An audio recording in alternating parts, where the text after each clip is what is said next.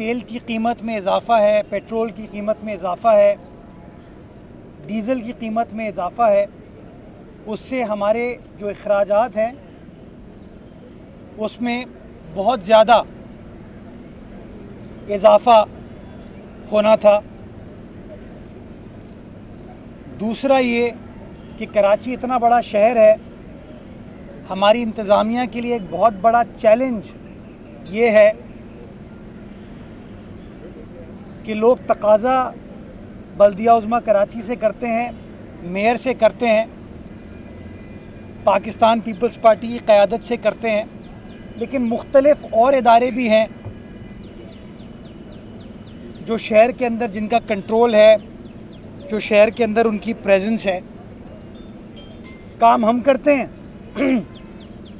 और road cutting करने के लिए कोई और चले जाता है। स्ट्रीट लाइट हम लगाते हैं तो उसको चोरी कर लिया जाता है।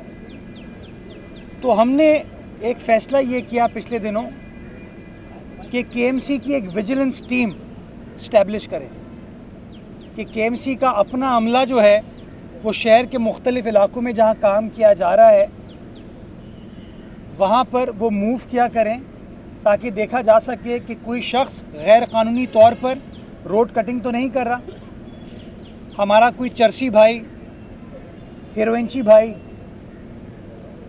कोई खंबा तो नहीं काट रहा, तार तो चोरी नहीं कर रहा, कोई ब्रिज के नीचे खड़े होके आग लगा के स्ट्रक्चर को ख़राब तो नहीं कर रहा।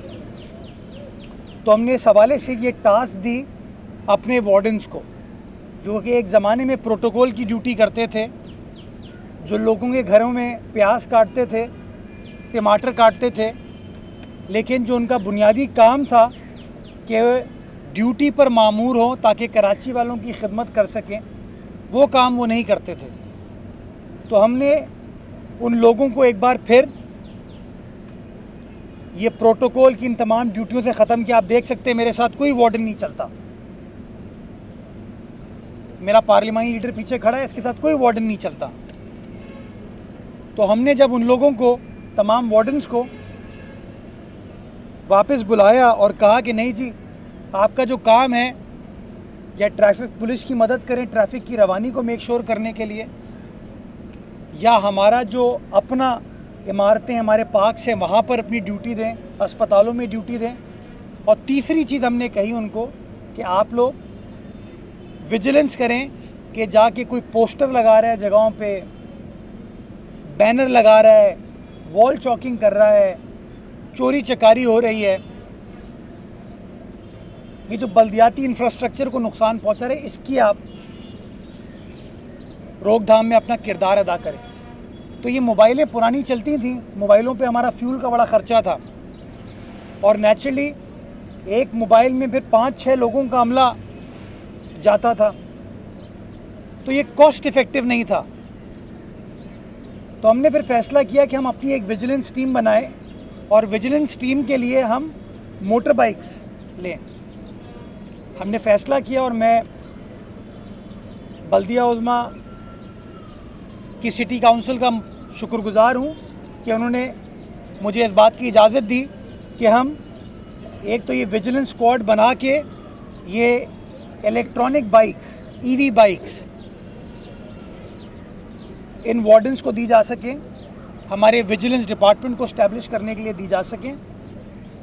वो फ़ैसला हुआ पिछले दिनों जुमे के रोज़, और हमने ये आज 20 इलेक्ट्रिक बाइक्स पर मुश्तमिल अपनी विजिलेंस टीम के लिए मोटर बाइक्स आपके सामने ले आए हैं। मोटर बाइक यहाँ पर खड़ी है, अगर मेरे दोस्त थोड़े साइड में होते तो आपको बाइक भी नज़र आ जाती। अभी आपको अरशद बुखारी का चश्मा नज़र आ रहा है, लेकिन मोटर बाइक आपको नज़र आती। इससे 2-3 मकासद हैं हमारे। सबसे पहला मकसद तो ये है कि हमारी जो सर्विस है वो बेहतर हो सके। हर जगह ना मेयर पहुँच सकता है, ना बाकी लोग पहुँच सकते हैं, ये लोग वो विजिल रखेंगे। दूसरी चीज़ ये है कि आपकी जो फ्यूल कॉस्ट है उसमें हम कमी ला सकें।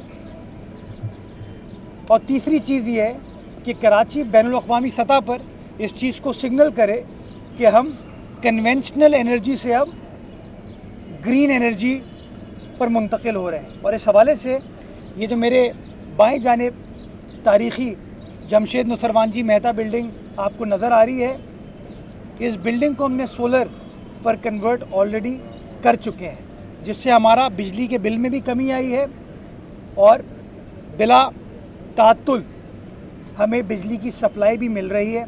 और अब हम अपने अस्पतालों पर भी यही काम करने जा रहे हैं। कुछ पंपिंग स्टेशंस पर भी हमने, छोटे पंपिंग स्टेशंस पर हमने ये काम किया है।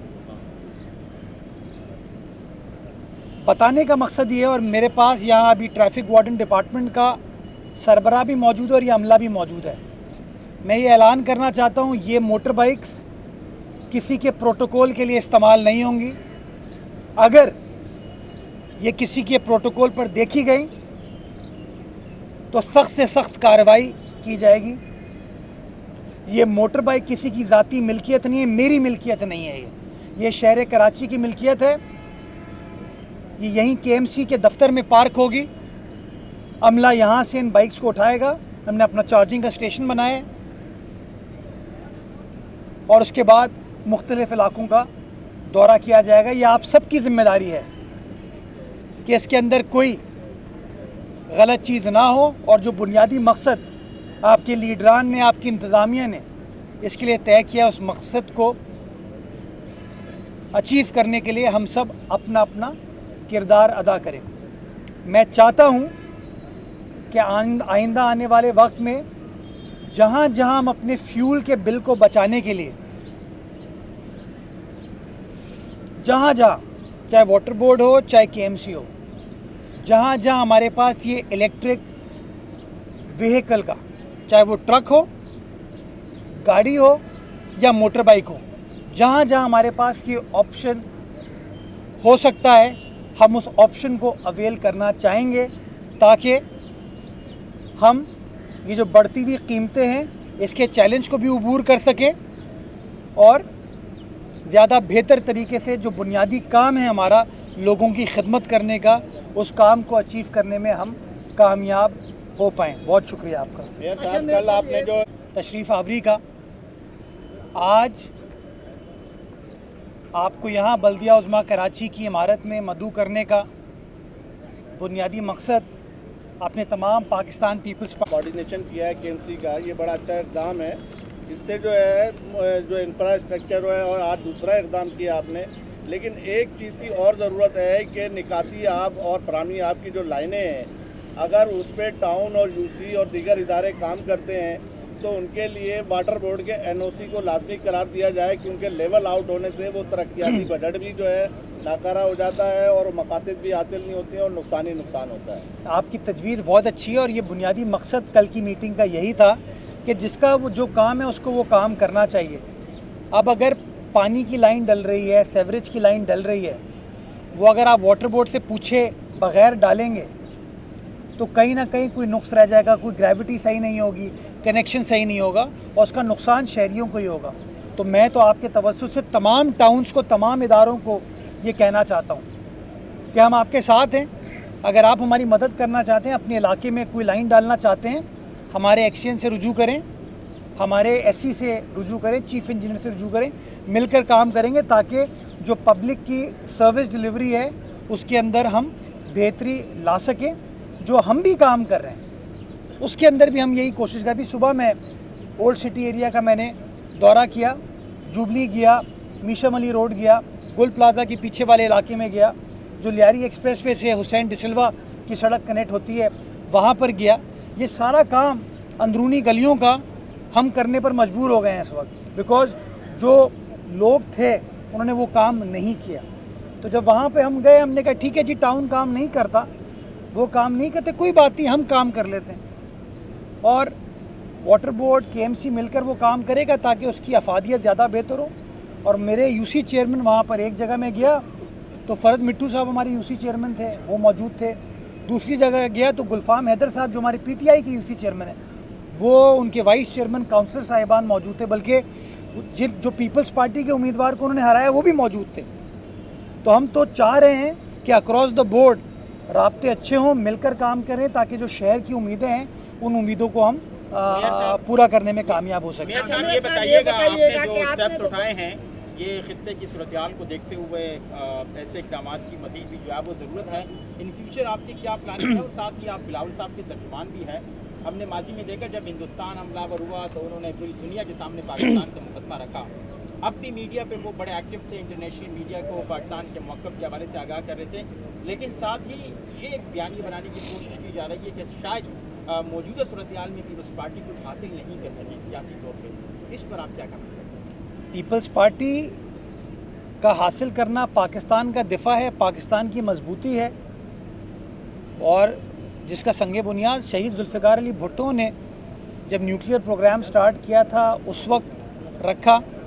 शहीद मोहतरमा बेनज़ीर भुट्टो जब मिज़िल टेक्नोलॉजी इस मुल्क में लेके आई, जो पिछले साल हमने दुनिया भर में भारत की पसपाई को सेलिब्रेट किया, जो 60 का टारगेट है, वो जो जहाज़ थे हमारे JF-17 थंडर गालिबन, वो आसिफ अली जरदारी साहब के दौर में उसका मुआहिदा किया गया।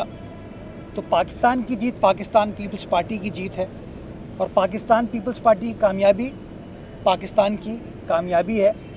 इस हवाले से जो भी मुश्किल फ़ैसले पाकिस्तान को करने थे, पीपल्स पार्टी ने हमेशा रियासत को फ़ौक़ियत दी है। ये मुल्क है तो हम हैं, पाकिस्तान रहेगा, हम रहेंगे। इन चीज़ों के ऊपर, कौमी इशूज़ के ऊपर सियासत नहीं होनी चाहिए। तो जब वो मुश्किल फ़ैसले करने का वक्त था तो बिलावल भुट्टो जरदारी साहब ने गालिबन 3 मुलाकातें वज़ीर आज़म पाकिस्तान के साथ की।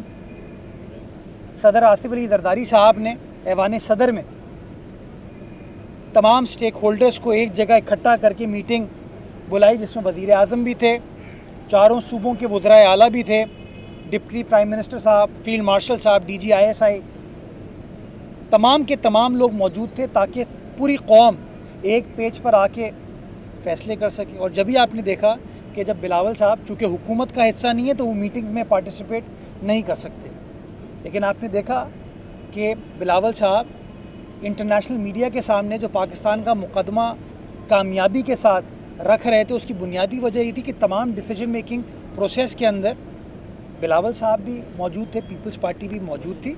और मैं मुबारकबाद पेश करना चाहूँगा तमाम पाकिस्तानियों को कि हमने वो कर दिखाया जो कोई माजी में नहीं कर पाया, कि USA और ईरान के ताल्लुकात डायरेक्ट 1979 के बाद नहीं थे। अगर 49 इयर्स के बाद या 47 इयर्स के बाद, 47 साल के बाद वो 2 लोग एक टेबल पर आके बैठे तो आपके दारुल खिलाफा में आके बैठे, और ये क्रेडिट जाता है हमारी हिकमत अमली को, हमारी हुकूमत की हिकमत अमली को। और मैं मुबारकबाद पेश करना चाहूँगा तमाम स्टेक होल्डर्स को। मैं चाहूँगा कि हम इसी तरीके से इत्तेहाद के साथ मुत्तहिद होकर पाकिस्तान के इंटरेस्ट को तरजीह देते हुए, बैनुल अक़वामी पीस को, अमन को तरजीह देते हुए अपना अपना किरदार अदा करें, ताकि ये जो बड़े बड़े मसाइल हैं, क्योंकि उसका कहीं ना कहीं इम्पैक्ट हमारे मुल्क पर भी आता है और ममालिक पर भी आता है। तो मैं समझता हूँ पाकिस्तान पिछले 4 सालों में जो बिल्कुल आइसोलेशन का शिकार था, आज अल्हम्दुलिल्लाह मुझे फ़ख्रिया ये कहना पड़ता है कि पाकिस्तान एक अहम दुनिया का स्टेक होल्डर हो गया है, और ये एक बहुत बड़ी कामयाबी है हमारे मुल्क की, जिसके लिए मुझे बड़ा फ़ख्र होता है। और मैं चाहूँगा कि ये इत्तेहाद कौमी इशूज़ के ऊपर, सियासी इख्तलाफात होते रहते हैं, लेकिन जो कौमी इशू है ना, उसके ऊपर ये जो इत्तेहाद है ये इसी तरीके से कायम दायम रहे। अच्छा मेयर साहब, ये बताइएगा कि आपने ऐलान किया चाकी जो वो ख़त्म की जाएंगी, जो वाल पोस्टर्स हैं वो भी ख़त्म किए जाएंगे, तो ज़्यादातर आपको मालूम है अपोजिशन की वाल चंकिंग होती है, पोस्टर लगे हुए थे, आप अपनी प्रेस कॉन्फ्रेंस में भी उन पर तनकीद करते हैं, तो क्या ये सियासी जमातें नाराज़ नहीं होगी कि आप उनके वाल पोस्टर हटाएंगे, वाल चेकिंग हटाएंगे? और दूसरा ये कि सिंध हुकूमत ने लियारी के लिए तरक्याती पैकेज का ऐलान किया है, तो दूसरी तरफ जमात इस्लामी ने लियारी को हक दो तारीख चलाने का ऐलान किया, तो क्या कहेंगे? ये वो लोग हैं, मैं अपने बड़ों से सुनता था कि कुछ ऐसे लोग होते थे जो रात को खुद जाके वॉल चॉकिंग करते थे कि शायद मुस्तफ़ा को रिहा करो। हाँ, चलो हाँ, फरीद आलम को रिहा करो, फरीद भाई का एक इशारा हाजिर हाजिर लहू हमारा। हाँ, चलो आफ्ताब भाई, हाँ, कुछ ऐसे लोग थे ना, वो अपना शुएब को रिहा करो, चल ये कर लेना। हाँ, तो लोग जो सुबह उठ के शुएब कौन है, तो उसी तरह मैं भी देख रहा हूँ शहर के मखसूस सिग्नल्स के ऊपर बैनर लगे हुए हैं, कराची को हक दो, उसमें एक नारा है कराची को साफ करो, और नीचे लिखा है जमाते इस्लामी। मैं सवाल पूछना चाहूँगा, अगर सड़क पर जाके बैनर लगाओगे तो क्या शहर साफ किया जा रहा है?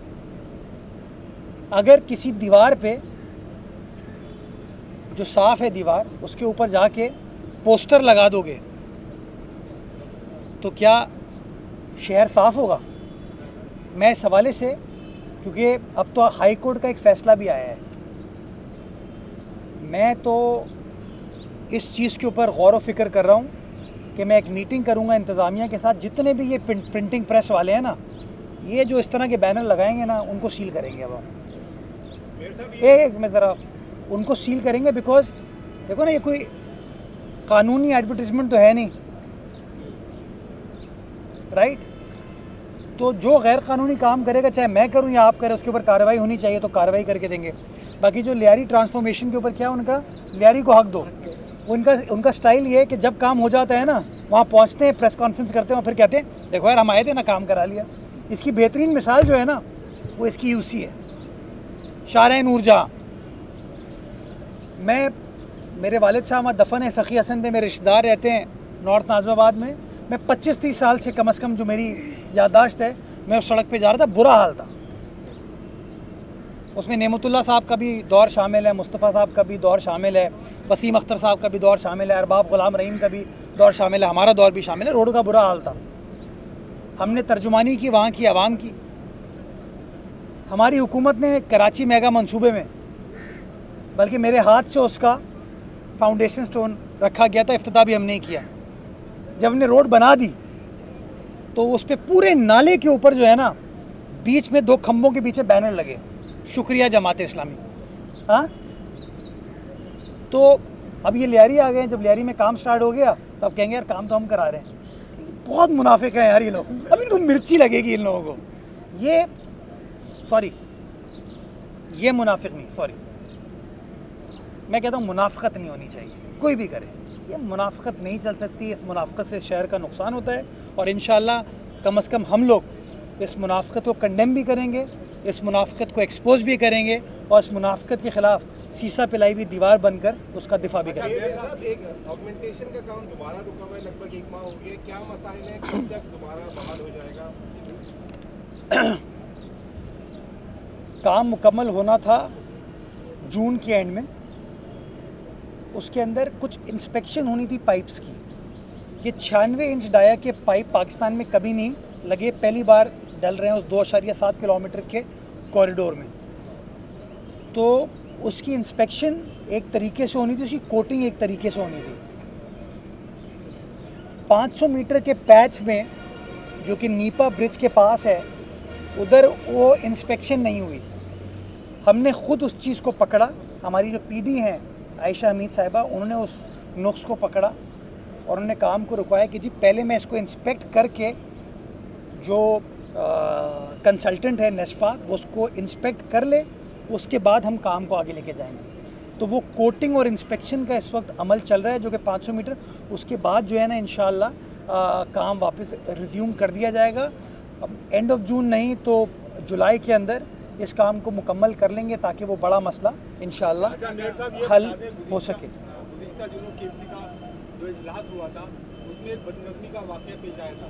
एक सियासी जमात की जानिब से आपके ऊपर और आपके जो अरकान उन पर हमला करने की कोशिश की गई, लेकिन उसके जवाब में जो जमात इस्लामी के डिप्टी पार्लिमानी लीडर हैं, उन्होंने उस हमले का इल्ज़ाम आप पर लगा के अपोजिशन लीडर को एक खत लिखा है, जो म्युनिसिपल कमिश्नर को भेजा गया है। तो असल वाक़या था क्या?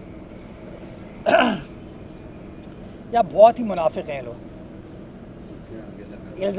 इल्ज़ाम मैं उस बंदे का कुछ और बात नहीं कहना चाहूँगा, जो मेरे ज़ाती तासुरात और ख़यालात हैं उस नौजवान रहनुमा के, वो मैं नहीं बयान करना चाहूँगा। लेकिन बड़ी छोटी सी बात है, मैं कहता हूँ झूठे पर खुदा की लानत। आप भी यही कहेंगे, हम सब यही कहेंगे। मैं उनका एक इंटरव्यू देख रहा था जिसमें उन्होंने कहा कि काउंसिल में गैर मुताल्लिका अफराद थे जिन्होंने हमारी पिटाई की।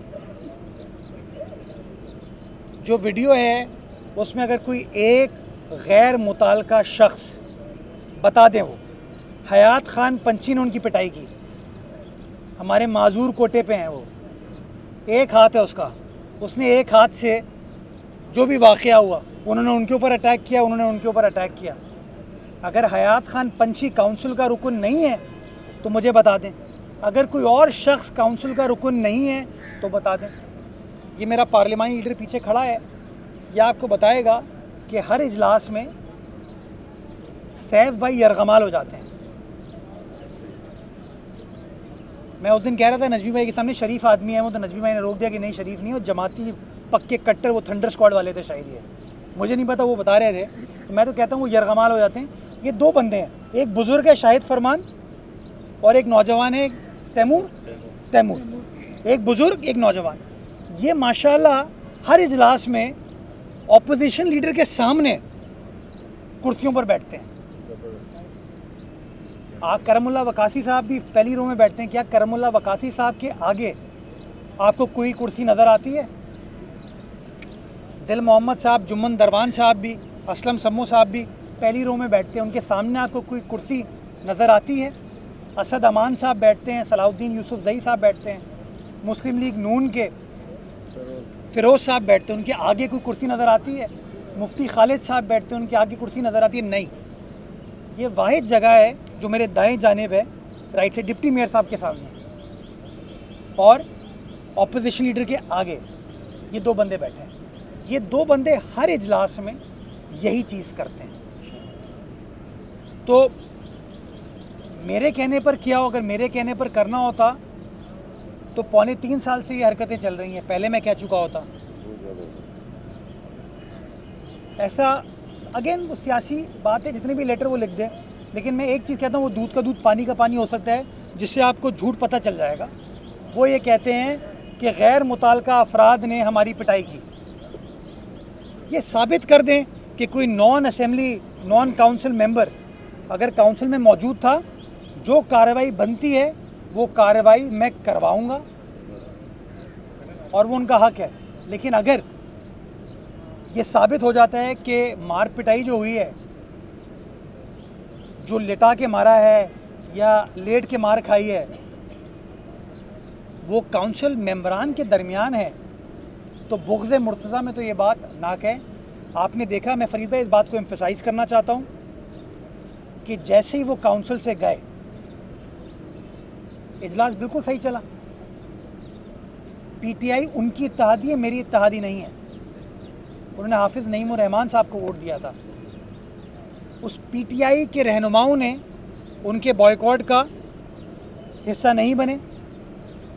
और आप लोग चूँकि मीडिया गैलरी में बैठे थे, आपको आवाज़ें आ रही होंगी कि वो बता रहे थे कि यार 3.25 साल से तुम लोग टाइम ज़ाया कर रहे हो, हम उसका हिस्सा नहीं बनना चाहते। तो मेरा अपना मानना ये आइसोलेशन में आप जा रहे हैं। हमने साबित किया। मैं चाहता जब ये मार पिटाई स्टार्ट हुई, मैं काउंसिल के इजलास को ख़त्म करके चले जाता, और इनका टारगेट यही था कि इजलास ना हो। हम बैठे वहाँ पे, हद्दुल इम्कान कोशिश की ये चीज़ ना हो। जब उन्होंने बार बार वरगलाते हैं, बार बार माहौल ख़राब करने की कोशिश करते हैं, तो उसमें वो लड़ाई झगड़ा हुआ जो मैं समझता हूँ गलत है, नहीं होना चाहिए था। नहीं होना चाहिए था। इलेक्टेड ऐवान के अंदर इस तरह की चीज़ नहीं होनी चाहिए थी।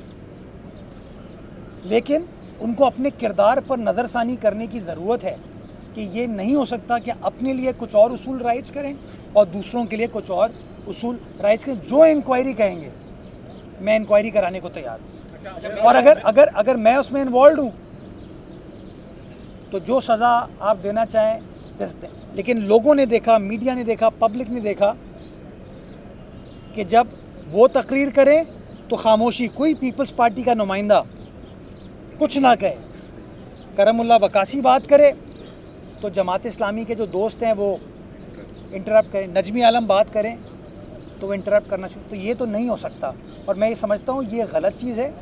सैफ साहब को मैं फिर कहना चाहूँगा बल्कि मैं चाहूँगा मुमताज़ तनोली साहब आप एक तहरीक स्टार्ट करें, सैफ को रिहा करो, सैफुद्दीन एडवोकेट को रिहा करो, और अगर उसके लिए हक से भेजा की कोई दरख्वास्त दायर करनी तो हम दायर करने को तैयार हैं कि हमारे ऑपोजिशन लीडर को रिहा करो कि कम से कम वो अपना लीडरी वाला काम कर सके और ये जो यरगमाली है ये ख़त्म हो। जहाँ हमने कराची को, एक ज़माने में यही बदमाशी पूरे शहर में होती थी ना, जब हम पूरे कराची को इस चीज़ से तहफ़्फ़ुज़ फराहम कर सकते हैं तो सैफ भाई तो हमारे ऑपोजिशन लीडर है ना फिर यार।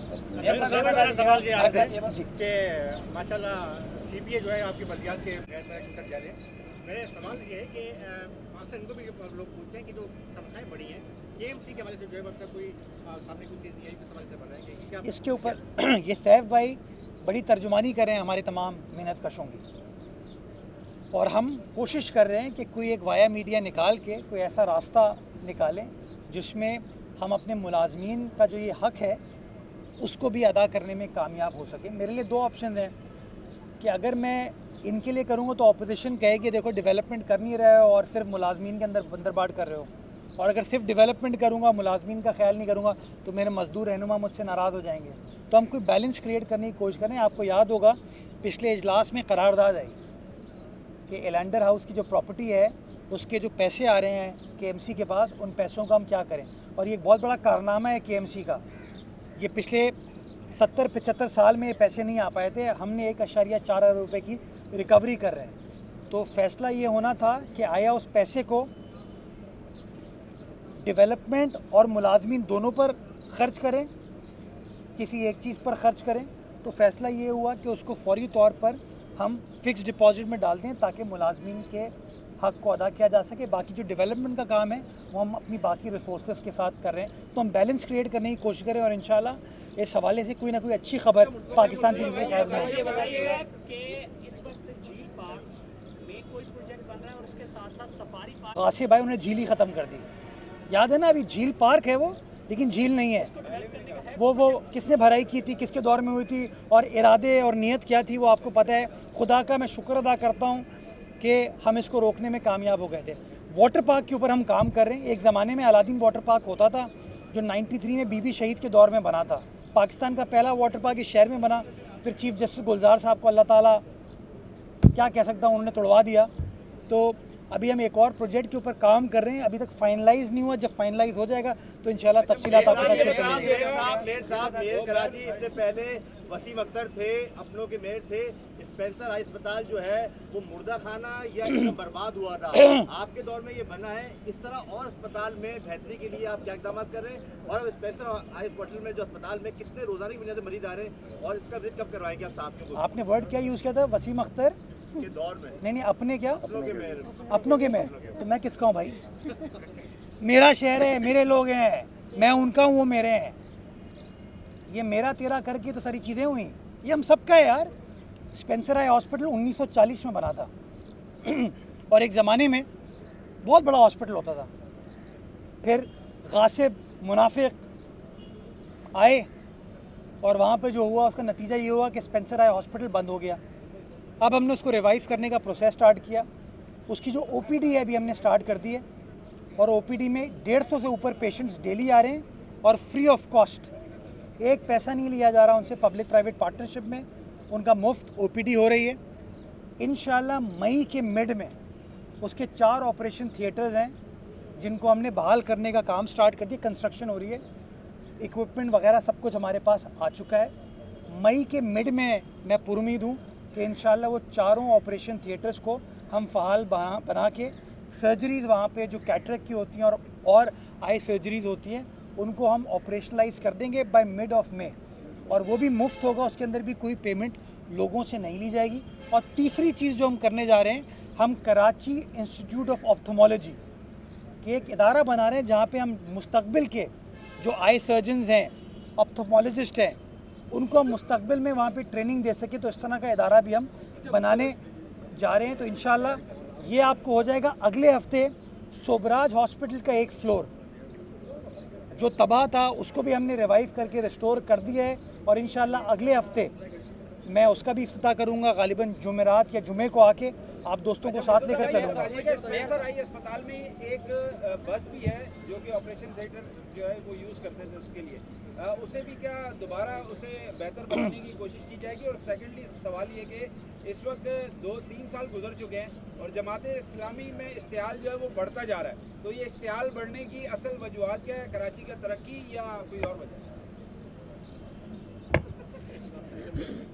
अपना क्या बोलूँ वो सोच रहे थे यार ये बाबू आया है कोई, इसको डराएंगे धमकाएंगे शोर शराबा करेंगे भाग जाएगा। मैं पक्का कराची वाला हूँ, हाँ मारे शारे खाई हैं लेकिन थोड़ा मजबूत भी हो गया हो ना, तो इंशाल्लाह अब ये वो वाला वक्त नहीं रहा कि थंडर स्क्वाड चलें। हाँ अब जो है ना काम होगा, काम होता हुआ नज़र आएगा और इंशाल्लाह अल्लाह ताला बस मुझे हासिदीन की शर से बचाए। सूरह फलक पढ़ता रहता हूँ, आप दोस्तों को भी कहूँगा आप लोग भी पढ़ते रहो। अच्छा मुझको ये बताइए, कल आपकी डीजी पाकिस्तान एयरपोर्ट अथॉरिटी से मुलाकात हुई है, क्या प्लानिंग है? क्योंकि पहलवान रोड का रोड में तामीर हो रहा है, उन्होंने आपके काम की तारीफ भी करी है, तो किस तरह काम शुरू किया जाएगा एयरपोर्ट पर इंतजामिया के साथ मिलकर वो तरफ? हम 3-4 चीज़ों के ऊपर काम करें। एक तो एयरपोर्ट से जो एग्ज़िट है उस जगह को इम्प्रूव करें ताकि शहर हमारा अच्छा लगे। दूसरा, जब आप शारे भुट्टो से आएंगे शाह फैसल कॉलोनी की साइड से तो एक फ्लाईओवर से होते हुए आप शारे फैसल पे आते हैं, तो वो लूप है उसको हम अर्बन फॉरेस्ट में ट्रांसफॉर्म करना चाहते हैं। तीसरी चीज़ है हम शारे फैसल में नाता खान फ्लाईओवर के साथ एक मुतबादिल 3 लेन का ट्रैक बनाना चाहते हैं और एक मुतबादिल रास्ता जो कि अस्करी फोर, जौहर मोड़, मिलेनियम मॉल और जो लोग गुलिस्तानी जौहर की तरफ जाते हैं और वो रश में फंसते हैं उनके लिए एक ऑल्टरनेट रास्ता नदी के साथ बनाना चाहते हैं जो कि सीधा आपको पहलवान गोड या हबीब यूनिवर्सिटी तक लेके जाएगा।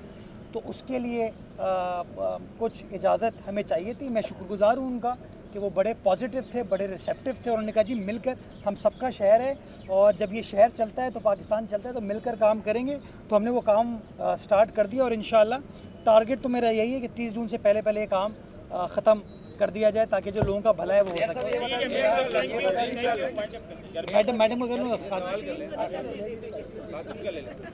आप ख़वातीन नहीं, आप खातून हैं।